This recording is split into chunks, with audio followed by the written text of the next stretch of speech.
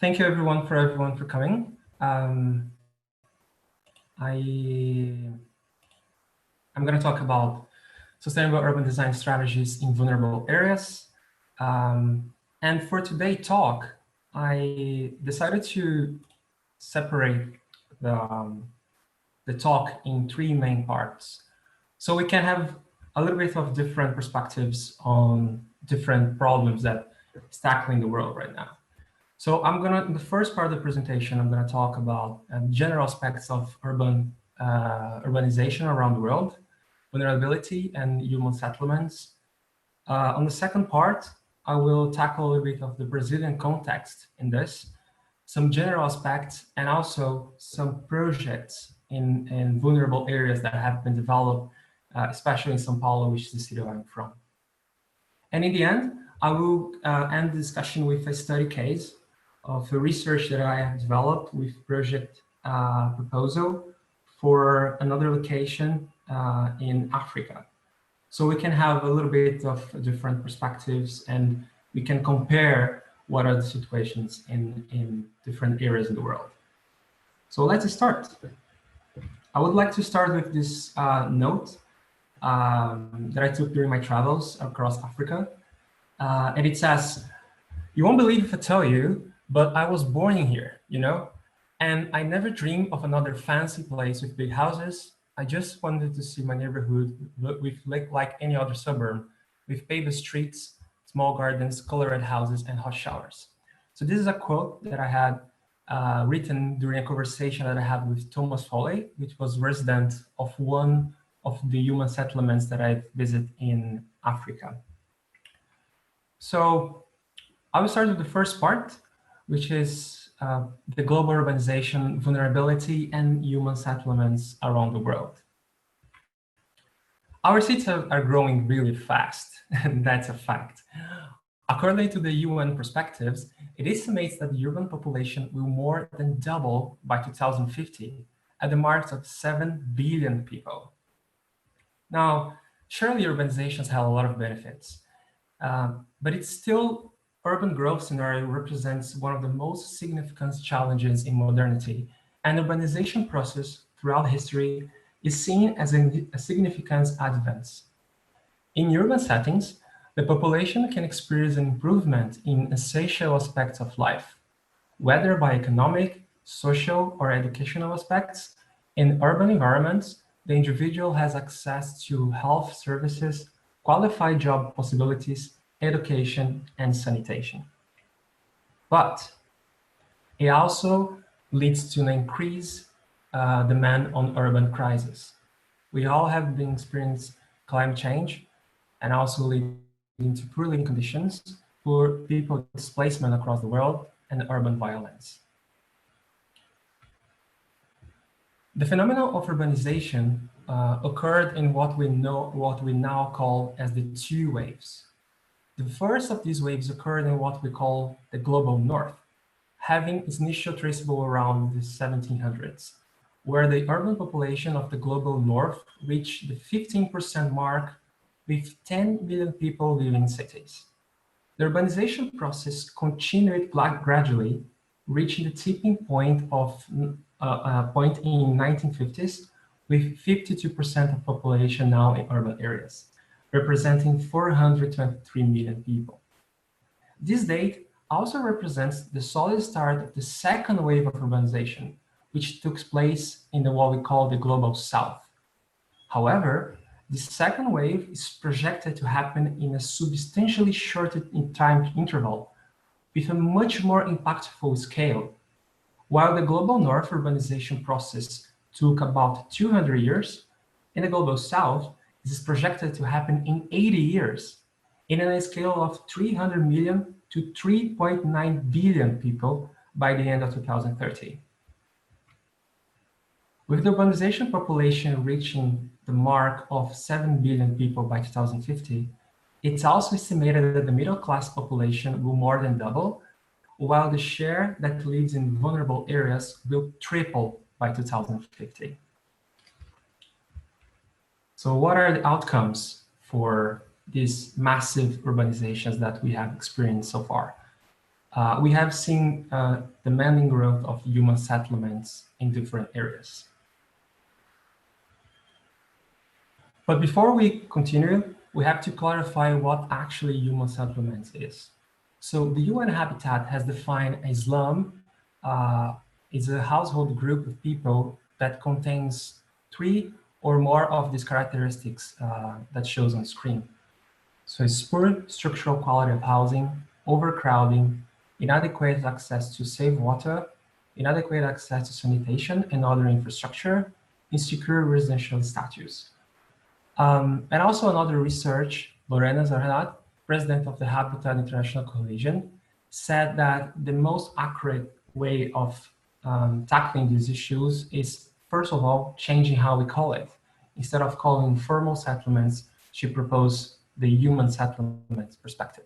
Because words matters, according to her, these informal settlements are neither informal or irregular. They are, above all, human settlements. Here we can see some different types of slums around the world. It goes from deteriorated formal housing in city centers to traditional rural materials used in building standards in also city centers, but also in flooded slums, illegal housing settlements in urban periphery areas, deteriorated formal wood-story buildings, and deplorable informal settlements in Bangkok. Vulnerable development is an alarming problem, but not new. Moreover, it's also not restricted to a specific place. While the number of people living in slums is slowly decreasing due to extensive affordable housing programs, there are also still nearly 1 billion slum dwellers around the world. Sub-Saharan Africa has the largest numbers of slum population, amounting nearly 200 million people. This number being closely followed by Southern and Eastern Asia, as well as Latin America, where the number of slum dwellers is over 100 million people.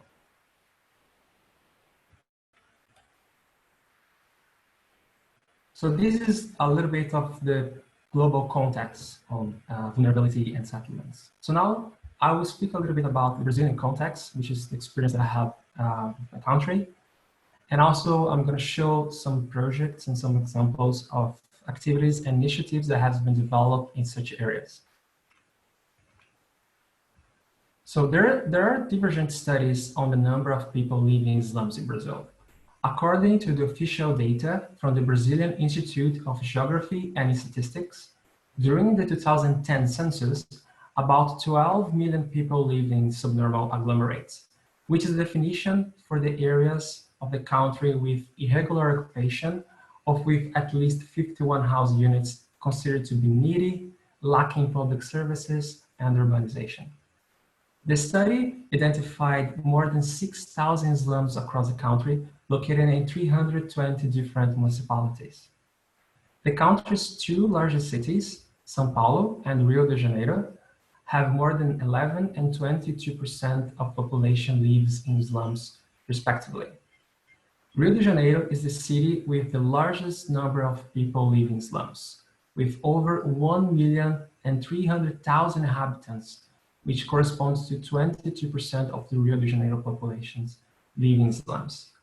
This means that for every 100,000 people, 22,000 are in favelas. The population of favelas are quite young, with an average age of 27 years old, and majority of people living in slums today are Black people, with around 70% of the population. An architect and French researcher called Solène Boissavia did extensive research on the forms and the physiology of such settlements and slums in Brazil. So here we can see a little bit of the housing typology with the predominant use of bricks as well as concrete structure with non-finishing and equipment exposed. Here you can see a little bit more some pictures of the form of the favelas, how the houses are tied together, and also the finishing that they use to give you some characteristics. One important element to see in such areas in Brazil is that they are developed gradually over time. For example, on the picture on the right, you can see that this house was built in different layers with the first layer usually built by the family household, the second layer by its kids, and the third layer by its grandkids, and so on. It makes sense with the Brazilian culture because most of the families will live together in long-term perspectives, just adding floors or other elements to the construction, which makes the urbanization grows gradually and uncontrollably. Here you can see a little bit more of how the circulations work in such places. We have this very marked presence of topography for people to make the circulations, as well as the connections between the public spaces, which is pretty much the street, with the build place.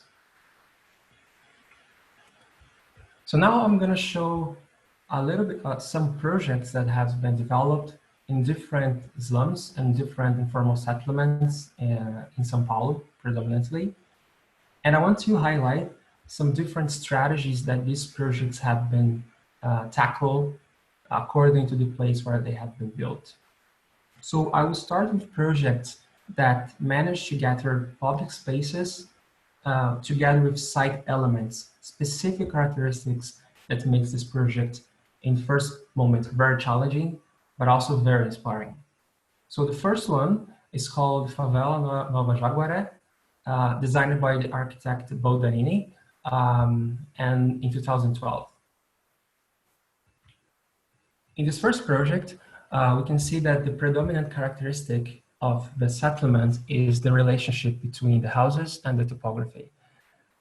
Because the settlement is located in a risk area where we could have, during the rainfalls, we could have like houses falling down on the cliff. It was very important for the project to secure the conditions, as well as creating a livelihood and an increase of public spaces offers. So this was the initial condition for the project. And here's the project all implemented. It is interesting to see how the first gesture as a designer was to secure the houses on the topography, and the second layer was to design public spaces, and the third layer to overcome the difference between these two levels. So here we can see some more images on this project, and it combined the public spaces, the security of the households on top, and also how we transpass this topography using this staircase as one main element for the design. Here you can see a section that shows a little bit more this relationship between securing the livelihood, but also creating public spaces that generates other activities and relationships with the human settlement. The project also has a recreational center with training centers for young people, teaching classes for kids, and as well as recreative uses. Another project that has been developed in the south of São Paulo is called the Complexo Cantinho do Céu, which also gathers public spaces and specific site elements. In this case, the predominant element for these human settlements was the presence of water. So this human settlement is a large district area called Grajaú, and this area is pretty much located close to an existing dam, water dam, that is the main resource of clean water for the city. This creates actually two problems. The first problem is that during the flood periods and the rain seasons, the water level rises, and most of the settlements located close to the margins are devastated. And the second problem is that eventually the water from the dam will get contaminated over time. Here you can see a little bit of how the dam is a main element of the existing conditions of the settlement, and also how the people living in settlements tries to make use of the dam as a recreational use. So the main strategy for this design was to, first of all, secure people that were on the critical areas, on the flooding areas, creating livelihood in such areas. And the third one is to preserve the margins of the dam, so you can preserve the water conditions as well as creating room for other public spaces and activities. So the master plan in this project was pretty much concentrated in the margins of the design. And along the bay and along the dam, we can see how the architect decided to create this linear park across the settlement, securing the border, making sure that the design saves all the flooding area so no one will build their housing there, and also create the livelihood for people with public spaces, different activities, and recreational uses. So here's a little bit of the visualization for the initial project for this area, showing how this perimeter park would have these different functions along the bay. And here's the implementation of the project. So the picture on the left shows the area with already removed the settlements in the condition, in the risk conditions. And on the right, we see actually the park implemented as well. Here are some other pictures of this linear park in different areas. It's important to highlight that while the park is securing the perimeter of the dam, it's also creating different activities that was lacking in the human settlement before. And it creates also these beautiful perspectives and these different relationships between the settlements, the dam, and the park.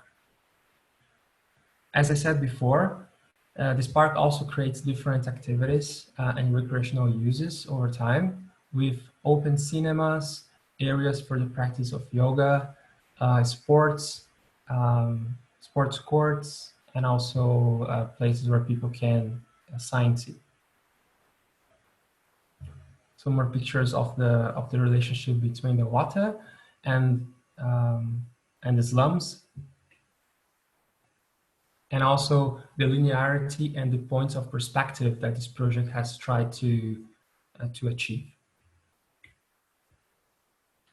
So I've spoke about two projects that has as a main strategy to use elements of the site and contribute to enhance or secure the conditions of the slum. Now I'm going to talk about projects that mainly focus on social housing, which is a pressing problem worldwide. The first one is called Jardim Edith, social housing, designed by MMBB and H&F architects, also in São Paulo. So this project has the demand of making most of the density in the area, but also create an architectural expression that would reflect the surroundings, but also connect with the culture and with the people living there.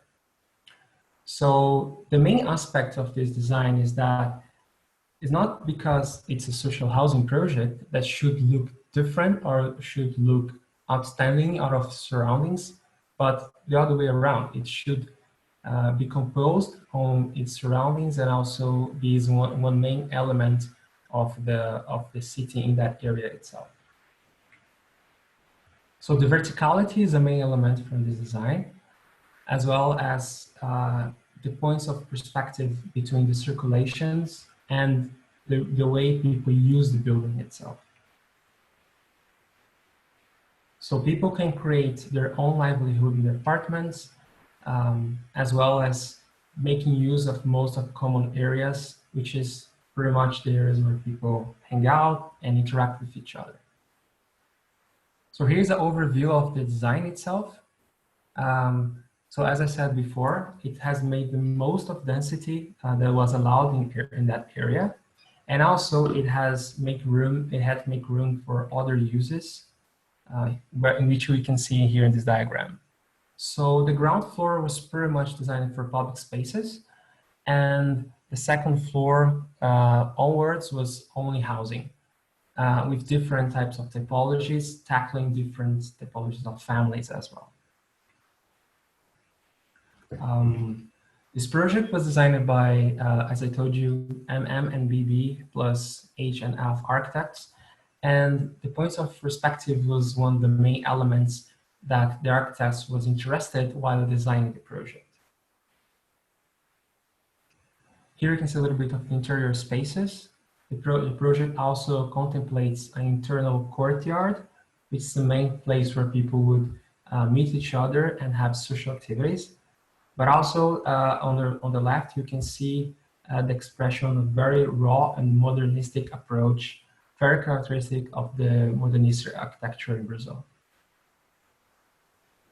Another project that I also tackled the social housing issue was the Heliopolis social housing, designed by Putorian architects, also in São Paulo.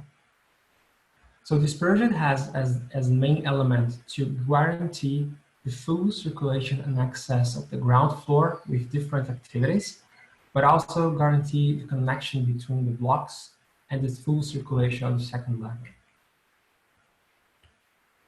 It creates this very interesting relationship between the levels where people have the most use of the ground floor, with this passageways in the second floor, creating this relationship between the different levels. It also has this very interesting points of perspective in which people can mostly see the different activities that are going on in the social housing, and also interact with the neighbors. Here you can see a little bit of different typologies. So it has pretty much two different typologies of social housing designed for two different needs of families. A little bit more of the perspectives now in the second and the third floor. It's a very interesting relationship between the ground floor, the buildings, and also the connections between the buildings in different heights. As I told you, the ground floor was designed to have the most access flows as possible. So we have this axis that connects all the vertical elements in the design, but also these connections with the streets itself. So all the ground floor is accessible from all the entrances. It creates room for different communal spaces and also different types of public spaces as well. And also different commercial and services activities. And now I'm going to talk a little bit of projects that have a little bit of both, have a little bit of public spaces, but also tackling the housing program. This project is called the Nova Santa Amaro V Park Housing. And one main element of the design is to work as a main stripe of public spaces with different activities along the project, and also social housing as well. Here you can see the master plan that shows different blocks connected together and different activities in every section of the blocks, with a main sports court on the left, but also different activities happening in the main areas of the design. The project was also designed to have the maximum of interaction between people sharing the same house. So here we can see that the architect has the need, but also the intention of make it very clear the circulations and also how people interact with the different parts of the apartment, and how these apartments are connected in a bigger network by the blocks and the vertical circulations. Together with the project, it also creates main connections to the existing site, and it creates different areas with different elements on the public spaces as well. So From the visualization of the facade with different characteristics and elements, the architects managed to adapt and create a new element in the slum that will contrast but not contrapone the existing condition. Here's a little bit of the facade, as well as the different materials and elements that was created in this design. And here we can see the relationship between the building and the slum itself. Linear parks and different activities according to different sections of the design. And the last project I will show is the Redondinhos Heliópolis housing designed by the famous Brazilian architect called Huatak, located in the heart of São Paulo in one main slum called Heliópolis. So this project was intended to be a very joyful, but also a very functional project for social housing that will combine elements of public spaces and activities with the housing, contributing to the entire community. So here you can see the implementation of the project and the master planning of it. We have different blocks connected by a main public space that has been designed to interact with the different types of activities, as well as guaranteeing a free circulation between all the blocks. The reason why the buildings are designed in a round shape is that the architect wanted to give a little bit of privacy and also exclusivity for each unity, make it much more respectful and joyful as well. As I told you, different activities and different types of public spaces. And here we can see the housing itself. It has this round curved shape on the facade, but also creates a very interesting element for the interior areas as well. Creating this very interesting gathering of groups of blocks and clusters of public spaces. So now I'm gonna go to the third and the last part of my talk, which is pretty much going in deep in a study case that I have recently developed for research in human settlements. And the reason that I'm showing this project is that for us to understand the process in which the architects and the designers usually takes to understand the reality and propose a design together with the community that will be relevant, and also tackling other aspects of the local context. So this project is called the Rolilala Village, and the main intention was to design a bottom-up process for the rehabilitation of a human settlement in Port Elizabeth in South Africa. So before starting showing the project, we have to understand a little bit of the context, the specific context of the African urbanization, and what are the specific demands for the African context. So African urbanization is considered the fastest rate of transition in the world, with the total amount of urban population predicted to double within one generation, reaching 900 million people by 2036. A significant phenomenon that occurs in different regions across Africa is the alarming levels of population living in slums. We can see that in some countries, for example, Nigeria and Sudan, more than half of the population actually living in slums and vulnerable conditions. To understand the scale of the demographic challenge present in African societies, it is necessary to first observe the future trends and demographic transitions that Africa will go through. Currently, around 50% of African population is 19 years old or younger. Now, looking into the economic aspects, the challenge presented by the demographic shift can be visualized by looking at the employment period between 2000 and 2010. By the year of 2000, around 65% of urban employment were vulnerable activities, such as informal work or family businesses. But the African GDP growth rate statistics show dramatically economic growth over the last decade. It shows that the African economy has experienced the most rapid growth in all countries besides China. An interesting point to observe is that by looking at the same employment statistics of 2010, it's possible to observe that vulnerable employment was in about 63%, experienced a decrease of only 2%. So we concluded that the dramatic GDP growth that the African economy experienced between 2000 and 2010 did not have a significant impact on the number of the population vastly involved in vulnerable employment.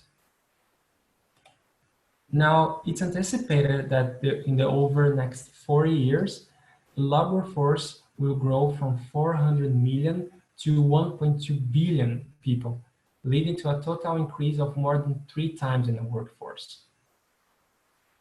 It leads to significant concerns about the inability of providing stable employment conditions to African cities, regardless of the economic growth.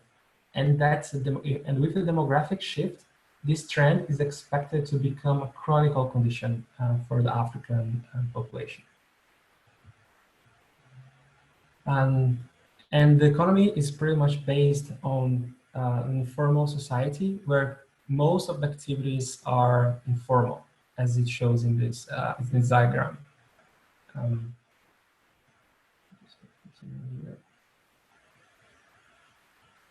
This creates a logic of inverted economy, where the concept to which the majority of activities and goods produced by the society are mainly informal. Economic informality leads to a low level of incomes rates for families and society in general, and as essential economic engine allocating the family consumption of family goods. It also leads to, as a consequence, for a lower rate of taxes forms and a shortage of proper economic public based, with governments struggling with major taxation deprivations. It leads to a fourth phenomenon, the shortage of private and public investments in critical public sectors and services. Now, it's not only the lack of investments that's significant concern, but the limited amount of investment is also scarred in dirty and political purpose investments. This cycle creates a logic scenario in which demand for public services, infrastructure, and city goods always overcome the supplies, leading to an increase in informality in housing, employment, and city planning. And this vicious cycle creates what we call the logic of slum urbanism. It creates a distorted reality in which informal and formal, unplanned and planned, ungoverned and governed coexists. And the present conditions of African slum and the logic of creating vast portions of informal societies can lead to an uncertain future of for African cities. We can see here that most of the population will actually be living in urban areas by 2050. And one of the main questions that we have as researchers is if the cities are well prepared for this dramatic change in demographics. So now we'll go a little bit more into the South African context into this. So while democracy has redefined freedom for all South Africans, not enough has changed in the past 2 decades for those living in the country's vast townships. In fact, South Africa remains the most economically unequal country in the world, with more than half of South Africans living with less than $83 a month. Income inequality may be a problem. However, the real issue is that unequal access to opportunities and essential public services. South Africa inequality scenario became especially known worldwide after a vast work developed by a photographer called John Miller, which he called the Unequal Scenes, as we can see on the right. It's an initiative that captures the extent of disparity between classes and has marked the presence of front page in the Time magazine, as it showed. Another main element in South Africa condition is the climate change aspects. So the climate change impacts are already part of the world reality today. Extreme weather conditions are being reported from different areas around the globe. And even though climate change might not be appointed as directly cause of some phenomena, it increases the likelihood of intensity of extreme weather events.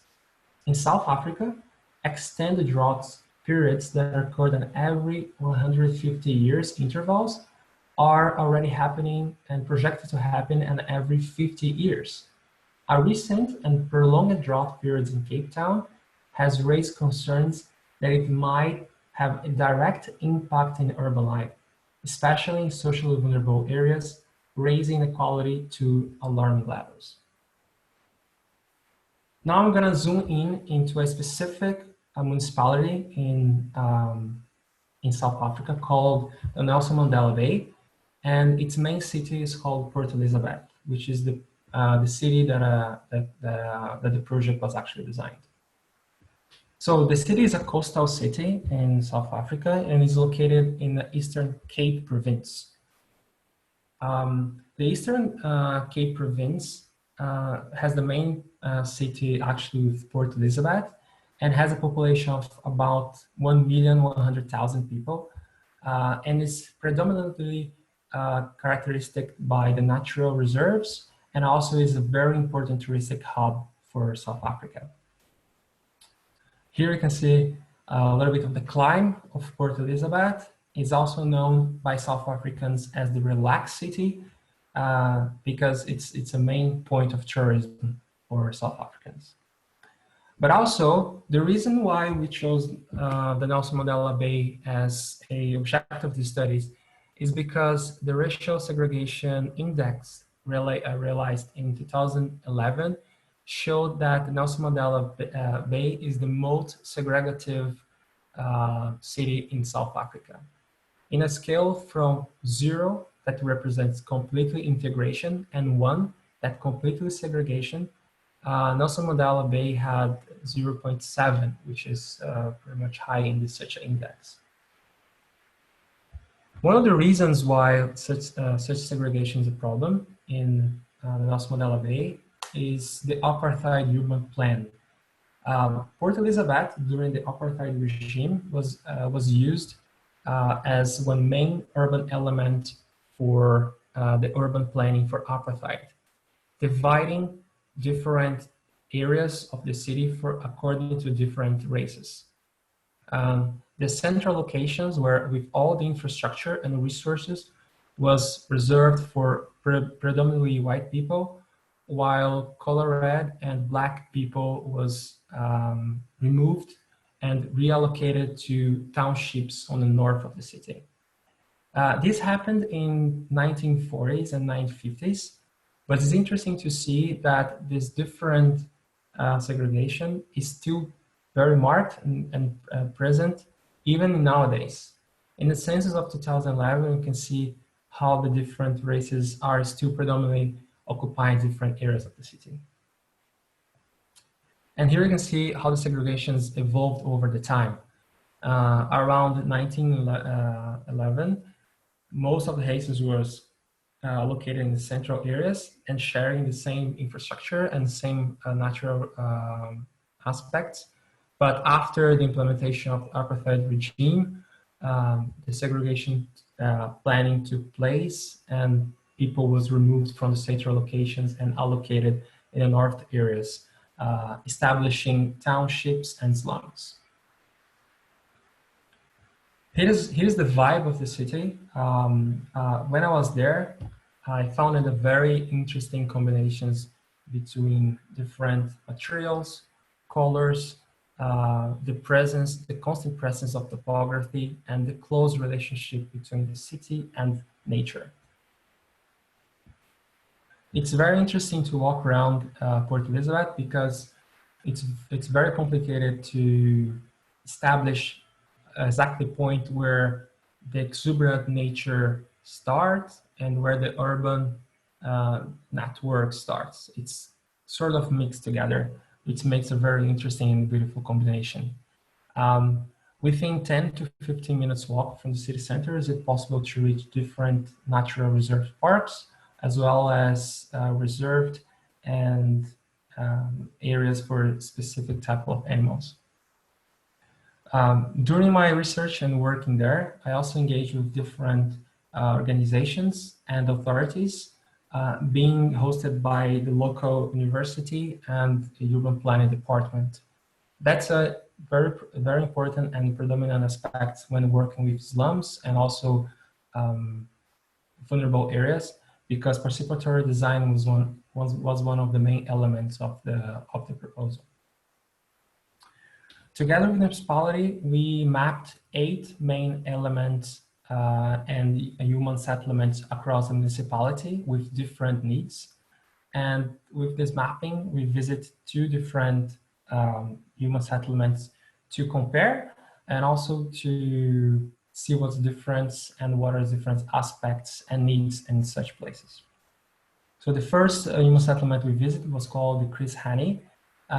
Was located in an airport safety area, and it's estimated that around 500 families living there. So the settlement has different types of infrastructure and is gradually passing through the process of formalization by the municipality, which means that some areas already have paved streets and some houses are already part of the local housing program. But we see that this is gradually happening over time. The second settlement that we visit was actually the settlement that we choose to make a design proposal, which is called the Visteros site. So this site is a historical site because it's located in one of those apartheid urban planning regimes that I spoke before. It's highly density like it's estimated that over 1,000 families live in this area today. The area suffers with constant fires. There is no formal housing or urban infrastructure at all, and also very limited access to basic needs. Here's an overview of the settlement. As you can see, all the shacks are built with spare materials and other panels, wood, and any material that the residents can build their houses. The circulations are also very much earth and mud, which in rainy days make it very complicated for people to move around, as well as creating sanitary problems. The access to safe water is also very limited, with just 2 taps of water for all the settlement. The settlement, as I said before, is located in the north part of the municipality in one area that was designed primarily to be area for the apartheid Black society. It's located today 13 kilometers away from the city center, where we have all the main infrastructure and resources. But despite of being being away from the city center, the surroundings of the settlement is a very active surroundings, and that's the first step we do when we design for settlements. We try to understand what is the local context and what are the possibilities in the surroundings, with different activities such as universities, schools, hospitals, commercial activities, police services, sports, anything that could be attractive, and also one main element that could contribute for the future of the community. We also understood the history of development of the site and how fast it was developed, being pretty much an empty plot in 1998, and then in 2004 was already full developed with the settlement. So the total area is more than 200,000 square meters, and it's estimated that there are about 1,250 families living in settlement today. So we made a mapping of the settlement with the different shacks and what are these different types of functions in the settlement. But also we understood the circulations and the main access for the settlement itself.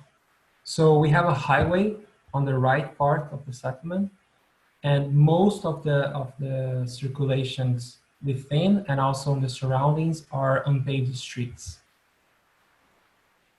It's important to also understand how people moved around the settlement. What are the different points and what are the main connections that people will use to move around daily. In this map, we have made a mapping of how the flow intensity of circulations between different points of the settlement and what are the different areas that would be mostly used by the dwellers. A topography was also a main element of the design itself and one main element of the existing human settlement with a difference with more than 15 meters between the lowest and the highest point. And also the edges of the settlement is delimited by the highway on the right corner, and also by the perimeter of the university and a school in the south and north, which means that the slum is pretty much restricted by its limits and has no connection at all with the surroundings. So with this, we decided to make the design strategies based on the information that we had so far. So the first thing is to understand that what's the main point of the design is not only provide families with the housing, but also means for this family to maintain the housing and also thrive and making them more resilient against different let's say barriers that separate the families from what we envision as a quality urban life. In the African context, we have the slum urbanism logic that I spoke before, economic informality, lack of public and private investments, surrogative historical urban planning, and also inefficient political regulations, social vulnerability, and the risk of climate change. All of these elements have to be taken into consideration for the design strategies. So the strategy number one that we applied in this project was to decrease vulnerabilities and increase opportunities at the same time. So the existing housing program presented in most of Africa is pretty much focused on the housing. And that has good potential because with the housing, the residents also have access to the tenure of the land, energy, shelter, education, sanitation, and water.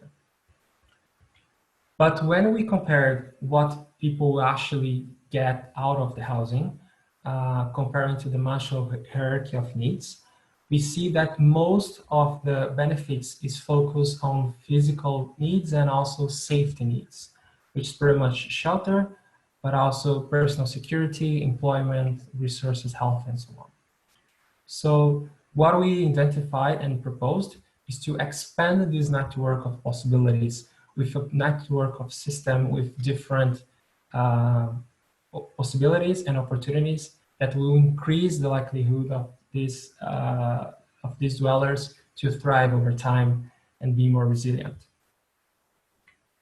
So we focused first of the housing program that was existing in Africa and implemented new elements such as natural water filtration, training, different elements for safety and needs, different elements for energy, food production, markets, vendings, trying to create an internal economy, but also creating a sense of love and belonging with different social activities, establishment of community board, sport activities, playgrounds, anything that will increase the social activities, and also creating prospects for the future. So allowing these people to grow and also to be independent in the future with further partnerships, policy makings, and leisure activities.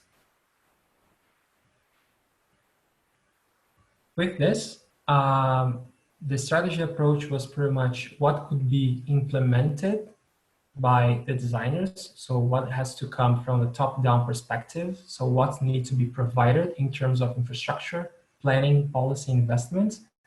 So we separated that from a bottom-up perspective. So what can be done independently from partnerships, what can be done by locals with local force, local materials, and local opportunities to increase the time of this project will be implemented. So the second strategy that we developed for this project was the adaptive typologies. It's often seen in housing programs that it doesn't really cover all the family needs, which means that for the families that have 2 or 3 members and the families that have 7 members, they all, most of the times, get the same housing. So for some families, the housing will lack space, and for other families, the house will be too big, will also make a problem for them to maintain the house over time. So with that, we developed 4 typologies of housing that could be implemented with initial stage and incremented over time in different stages. So the house could be expanded for different typologies of families and so on. This will have another typology also with different typologies and uses. A third typology that also has the same concept, and a fourth typology that could be also clustered in different groups. The third strategy was to cluster and to organize this housing in a grid organization. So here we can see how these different typologies could be connected together in order to create small groups.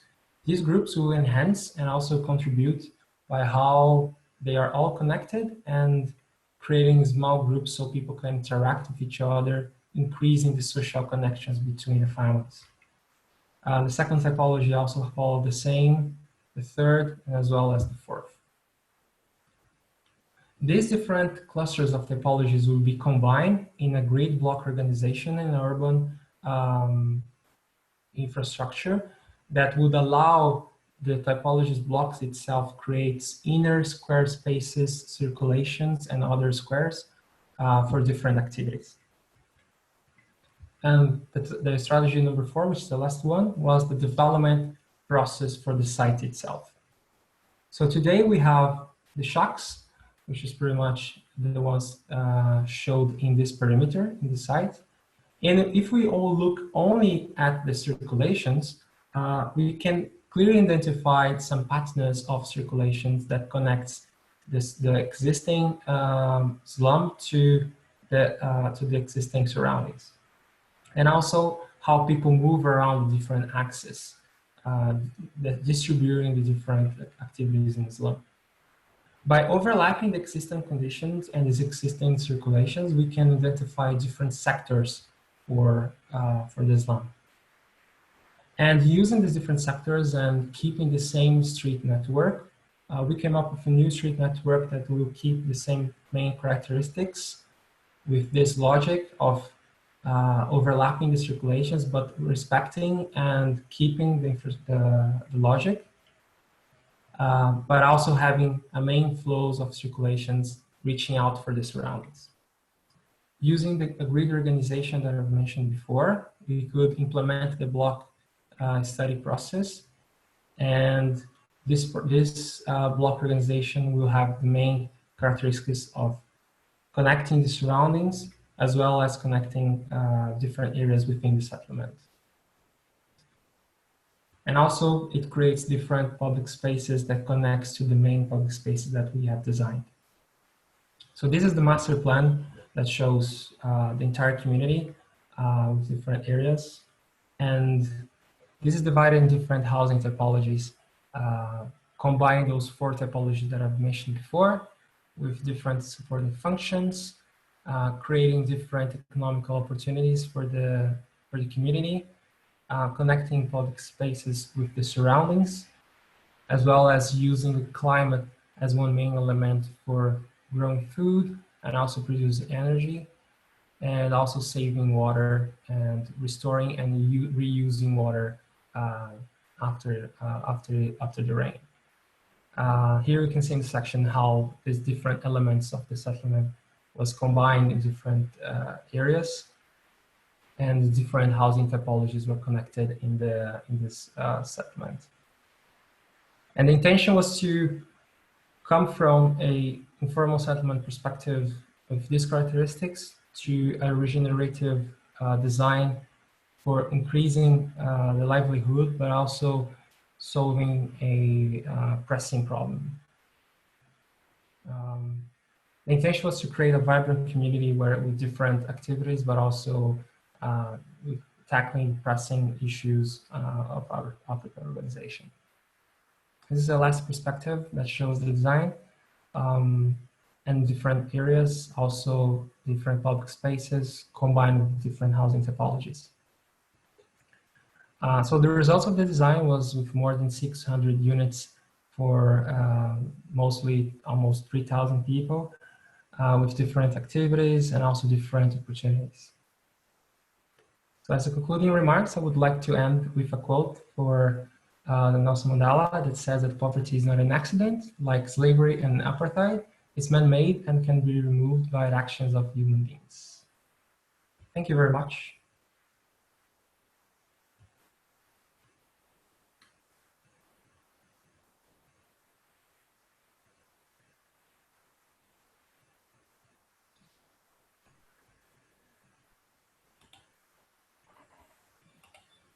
Hello, everyone. Thank you, Mr. Linhares, for this very informative presentation.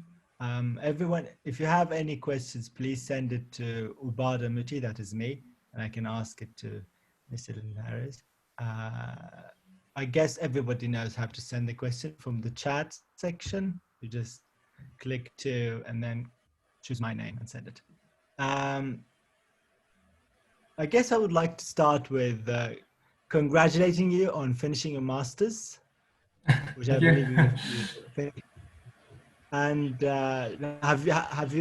were you able to finish it then this year, or are you still working on it? No, it's already concluded. It's already done. How was it this year with all the corona? Very challenging because I was in Africa when this whole corona thing came out, and I had to come actually earlier than the initial plan. And it was very interesting to see how it came in waves. But I would say that the main challenge is that there is a lack of research and a lack of data on how virus and also other diseases will spread and behave in such places for slums. And I think this is an opportunity for us to now understand how these other elements of virus could spread in slums. But it was particularly challenging to work by distance and so on. Very good. Well, congratulations on that, first of all. I will direct two questions from the participants today. I will start with a long question, might be, from Abir Al-Aham, I think. Excuse me if I'm saying your name wrong. Okay. Thank you for the lecture. In the first part of the presentation, you showed statistics of informal settlement in Brazil with no mentioning of the strategies to solve such a phenomenon. In the second part, you showed 2 public space projects in slum areas. Such projects in a way are an indication of accepting the slums as they are and enduring their presence. The projects enhance their surroundings, which ultimately become of better quality than the slums themselves. In the housing projects, I feel that the new houses did not consider the poor style of life, poverty, that the slum residents are living. The problem is that they cannot pay for the monthly bills to maintain the houses. They are poor. The strategy of providing houses for the slum for the slums population has proved to be not efficient. The root issue, poverty, has to be solved on economic basis. What do you think? Absolutely. It's impossible to tackle any design strategy for vulnerable communities with not tackling all sorts of other investments. So for the design alone itself, it's not possible to resolve this problem, but it's a start. When we had the experience of designing this community in Africa, it was very important for us to realize that the design alone would not be the main element of the design, but also how we can make policies and different investments that would create a sustainable economy over time. The problem is that these families, they would move to social housing, only the housing program, and then they won't afford to maintain the house over the time, pay the bills and so on. So the housing alone is not possible to solve this problem. It has to come with other elements as well. What I have experienced in São Paulo is that most of the social housing programs were part of partnerships between private and public institutions. These institutions will have the objective of providing communities with some resources and specific technical skills, and then they have advantage in other aspects of public relations. I would say that it's very difficult to tackle this program and in a solution that will absorb the entire world with this, because different areas have different needs and different elements. So it has to have an act of thinking globally and act locally. For the Brazilian perspective, that would be one specific characteristics of public and private partnerships. For the African context, that will be another element. For the South Asian aspects will be other elements, and so on. So I think we have to go very deep into this very specificness of each area and understand the historical problem and also the existing conditions, and come up with different strategies in the future. How much do the residents participate in the whole thing during the design process, or do they ever participate? Do they have a say in how the project will go and it will be designed in terms of the public? Because you talked a lot about public spaces, creating public spaces and public centers and so on. Do they have a say in that? Absolutely, absolutely. It actually is one of the most interesting and most efficient way of designing areas for vulnerable communities is the participatory design. So one of the first steps is to make workshops with the community, getting together, so we can understand what their needs and what their visualizations for the community itself. And we can make it with all sorts of tools. We have interviews, workshops, getting together, group seminars. Kids also are a main components of design concepts.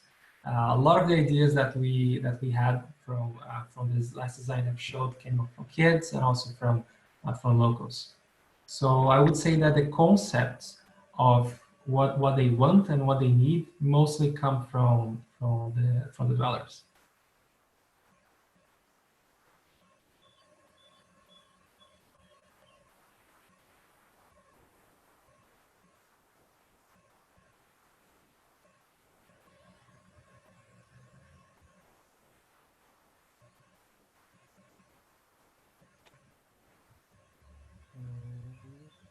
Hello.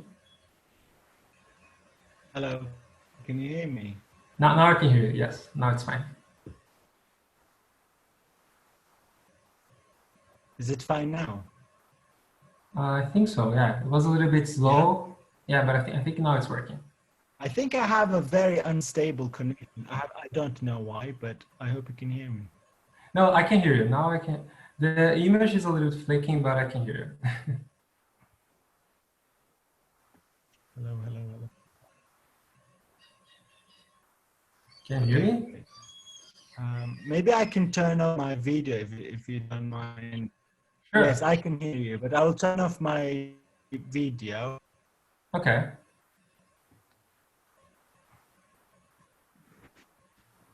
Okay, let me.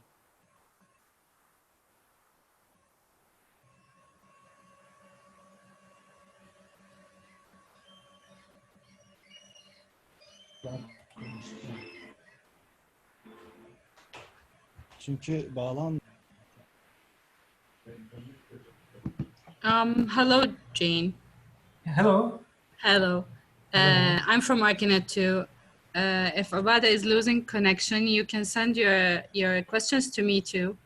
Can you hear me now? Okay, I think he's back. Oh, Abada, good. you back? Oh, yes. Can Yes, you hear me? okay. Well, sorry for this. I have a terrible connection, I think. Hey, No worries. it changes every day. Okay, you may continue. Okay, thank you. Again, if guys, if you have any questions, please send it to me. I will thank you for your answers. I didn't hear the end of the last answer, but I'm sure everybody else were lucky to hear.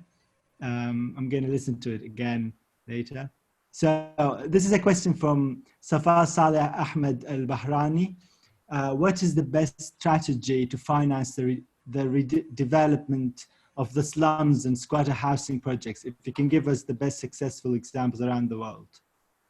Look, from the Latin perspective, Latin America perspective, what we have seen that was most successful cases was the case that we could implement most steps in the bottom-up perspective, which means that first of all, the use of materials, using like local materials, but also implementing and contributing for the community development over time.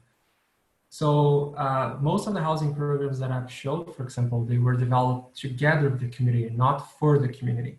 So most of the slum dwellers, they participate in the design process, but also in the construction process and in the realization process over time. So this allows local residents with the technical skills and also the ability to maintain their houses over time. So the strategies that would implement more steps together with the community have proved to be the most successful ones. When it comes to financing itself, it's necessary for policy making in public investments together with the private sector. Because this joint connection creates new opportunities for new developments, with the taking away the bureaucracy of the public investments and the public sector, but also taking advantage of the private sector when it comes to speed and so on. So I would say that in the specifics of the Latin America, what has been proved successful was partnerships between public and private sector and strategies that will include steps together with the community for them to be part of the design process, but also the construction process as well. There are a lot of examples also in Africa and Asia where the community engaged in the construction of the community and the process itself. That would reduce the costs and also provide locals with skills to build their own houses. Thank you. I want to get this like right, so I might ask some dumb questions if I may. Of course, there's no dumb questions. Yeah, fair enough. To start from the beginning, I want to know.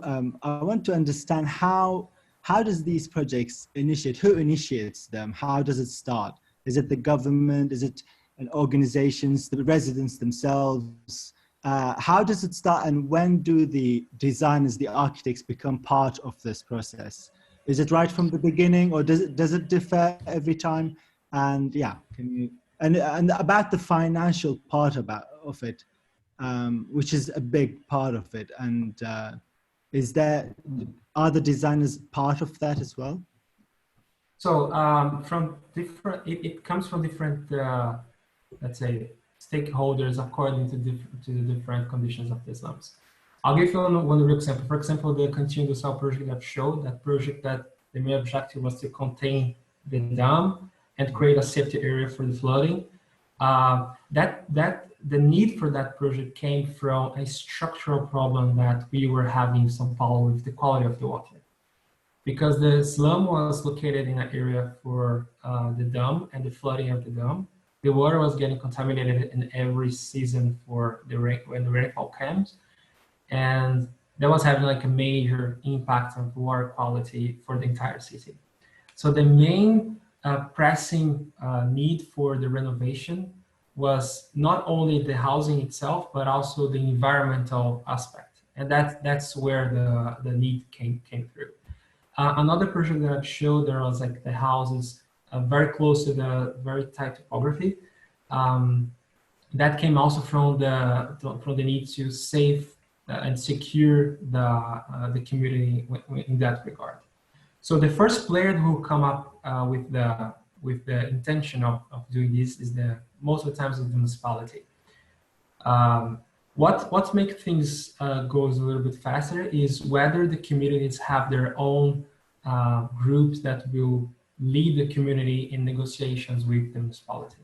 Most of the times, the first player that starts the conversation is a group from that community that will contact the municipality and negotiate some infrastructure, access to energy or access to a safe means of water and so on.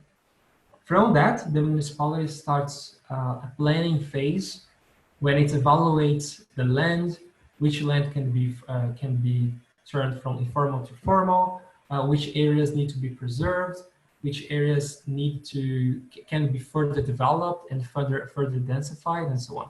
So once the municipality have the planning, like the master plan with the areas, and usually we have an open call for designers and architects, and that's when we have the different design proposals. Different architects have different strategies, but most of them works together with the community, go into the community and develop strategies with them. So once all the architects involved in this competition for the design are done with their design, they submit it to the municipality, and the municipality together with different organizations will evaluate the proposals and select the proposal that actually is going to be built. From that, the municipality can have integrations with the private sector, choosing a developer to lead the construction process, or different organizations that will lead the construction together with the community. So it goes back to the community most of the time for the construction. So the community actually is the main player when it comes to that. And that's why it's important for the community to have a group or a formal board that will coordinate all the interests of the community together with the municipality. So my understanding that the community, the original community of the slums, they come back after the redevelopment of the place, of the neighborhood. Absolutely. They are the same residents who come back and live in the same area. Yeah, and most of the times, what is the main pressing for the slums is to densify as much as possible. Because you are building in a place where you have scattered shacks all over, and most of them have different typologies of families with different members and so on. So what you want to do, you want to come with this infrastructure, so come with water, sewage, energy, and so on, concentrating the design and densify as much as possible. So it's very often to see design strategies that have densified more than the initial condition. So you have, most of the time you have more units available after the social housing program. It also depends from the densification of the slum itself, if it's very spread out, if it's not. But most of the times you have the residents, but also other people from the surroundings moving to that area. I have another question from Abir. Thank you, sure. Abir. I think she is like the star participant of this talk. She's asking very good questions. Good. So this is another one. Who is so building up on my question? I think I would add this part from a question, which is there any payments from the side of the residents, and What is the policy to enable residents to keep up with living and housing expenses on the long run? On the long run, as a designer, do designers think about this, or are there other parts, like the municipality? Who thinks about these parts of the long run project? It's a joint force, I would say. The designers, they come with strategies. They can come up with strategies that will facilitate the process, or they can also have strategies that will make it a little bit more complicated. For example, if you have a very specific technique that you are using to build the houses that is not possible to involve the community, for example, metallic structure that needs and requires a specific workforce, then it can get a little bit more complicated for you to involve the community and also have different, and also make it a little bit more difficult for the community to maintain it as well. So the design part, when it comes to facilitating the process, is pretty much choosing the materials and choosing the technique that will be used. As I said, it's optimal to use the technique and the materials that will include the locals the most. What was the second part of the question? Sorry, I forgot. The second part is, so the first one was, is there any payments from the side of the resident? Yeah, the payment. I think the second one. Yeah, sorry, the first question. So the payments, it is also part of the programming, where we have public investments coming for the building process and the materials and all the costs involving in the development. And on the other hand, the dwellers will pay a fee or a rent that's very symbolic and very low when it comes to the development. For example, one of the developers that I have talked recently is charging like 50 reais for a month expenditure in the social housing, which is like $10 or something. So most of the program was like actually designed to create economic activities. So you have commercial activities and also activities that will generate jobs. So you have an economical entrance for incomes. And on the other hand, you're going to have a thriving community that will be able to afford living there and maintain the housing over the time. Adding to that, again, Abir adds, in the UN Habitat definition of slums, I feel that the ownership dimension is missing. In the housing project in South Africa, ownership is bestowed to residents. Who owns the buildings at the end? Yeah, so security tenure was one main element for defining also one slum. So what we have seen is that programs that, especially in Africa, there is an attachment to the terrain, to the floor, culturally and also historically. So it's important to secure that a family that is owning the house also are owning the land. That's usually how housing program is working in Africa. In Latin America, we have this circular tenure program in which one family can live in one unity for 5 or 10 years and then move to another unity, bigger one if it's needed. So it's much more flexible, I would say. But that is specific for the culture and historical aspects of that country. This is another question from Manal Sami. Hi, thanks for the interesting talk, John. I have a similar question about the residents' participation, not just in the concept phase, but also in the construction process. Are they also present? Do other non-residents participate too? How do you draw the line between working with them on site, construction, co-construction, and preventing the situation becoming a labor work they just have to do, which is far from being the case? And what if they don't even want to participate? So Yeah, so if you need specific technical force, for example, structural, metallic structure or other elements, of course, you're going to need the involvement of a specialized workforce. Usually what we have is a joint force between the community and doing the primary work.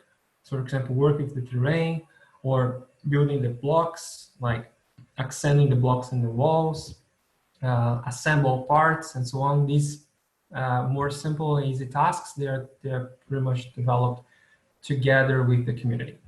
For the specific technical part, for example, electrical installation and other elements, then you're gonna need like a special specific workforce. In this case, the municipality hires specific developers that perform such work. To draw the line between what the community can perform and what's needed to be hired is usually determined according to the project itself. In Africa, I would say that what I've seen is that there is a much more need for the basic workforce. So people that will be able to perform the basic elements are much more needed than the ones that will do the specified work, because there is a lack of workforce, specialized workforce. In Latin America, most of the workforce are actually, people can perform most of the tasks of the construction. So this also facilitates a little bit to give the technical skills to people and make them more resilient over time. Thank you. I have two last questions. Okay. And then we can close. So this is, I think this is a good question to end with somewhat. Again, Abir asks, I know that it is out of your scope as a designer, but how do we prevent the future slums from emerging? Provision of housing will solve the problem temporarily and for certain areas only, but not eradicating the phenomenon per se. What do you think? Absolutely. First of all, we have to understand the phenomenon. So what I have spoke about when it comes to the urban growth and how historically has increased gradually over time, and then when it comes to industrial revolutions, it absolutely explodes. And the projections to the future is that's going to be double urban population, leading cities, and so on. So we have to understand this first narrative. The second aspect that I understand that's the most complicated and most pressing issue when it comes to slums is not the poverty itself, but the inequality.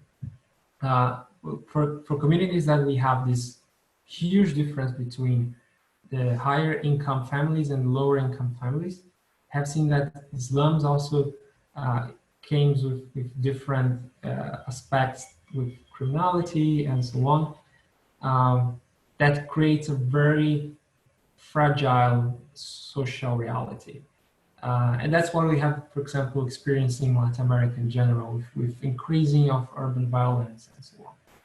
So I would say that not acting actually in social problem will solve the problem, but working with reducing inequality would be a first tackle. Of course, we wouldn't do that in the design perspective. We need that in the political perspective, economical perspective. But reducing inequality would be the main point of force to drive a change in the future. Thank you. So this will be my last one. Anything else you'd like to add? And also, what's next with you personally? Oh, good question. So I would like to add that it's essential to clarify that the intention and the plan is not of this presentation, also to urban designers and so on, is not to solve all the structural problems in Latin America, in Brazil, in Africa, but rather to guarantee that the conditions for the specific community to have a digital and proper life, which are factors that can be denied to anywhere. I think our world is changing rapidly, and our cities are also changing dramatically as well. And I think it's fundamental for designers to make sure that your gesture as a designer, but also your decisions in the project perspective will include as much people as possible. For me, I would say I'm very interested with work with vulnerability and poverty, slums upgrading, and so on. So I think my next step will be focusing more into this realm, I would say. Thank you. And what about you then? Yeah. So so I think I will probably further study a little bit what are my options now. I would. And what would you say to people who are interested in sustainable urban design? In terms of like your university, would you recommend it? Are there any other courses you would recommend in the area? Absolutely. I would say first of all, you have to think globally. We have pressing issues around the world that are connected and they are shared. Like, it was very interesting for me to come from the Brazilian perspective, that's to see the Brazilian reality for settlements, and then going to Sweden, studying issues in Europe, Asia, America, and then concluding with research in Africa, and then seeing common points in all the different locations, but they have different outcomes. So I think for people that are interested in sustainable urban design, the first step would be to think global and get more information for other realities and other countries with other conditions different from the ones that you know, because that will add in your library. I would totally recommend the master's that I have done, which is Sustainable Urban Design at the University. It's a very international program. We also go to different communities and develop different activities. But I think like one last aspect would be to think global, doing research in other communities, but also thinking of other layers of development. Here in Sweden, one main element that we think is the environmental and natural and energy and so on, so more technical, but also how these would be combined with public spaces and elements that will increase the livelihood. So I would say that these are pretty much my advice for people that are interested in sustainable urban design. Thank you very much. Well, Mr. John Linhares, thank you very much for the presentation, for your time, for answering all our questions.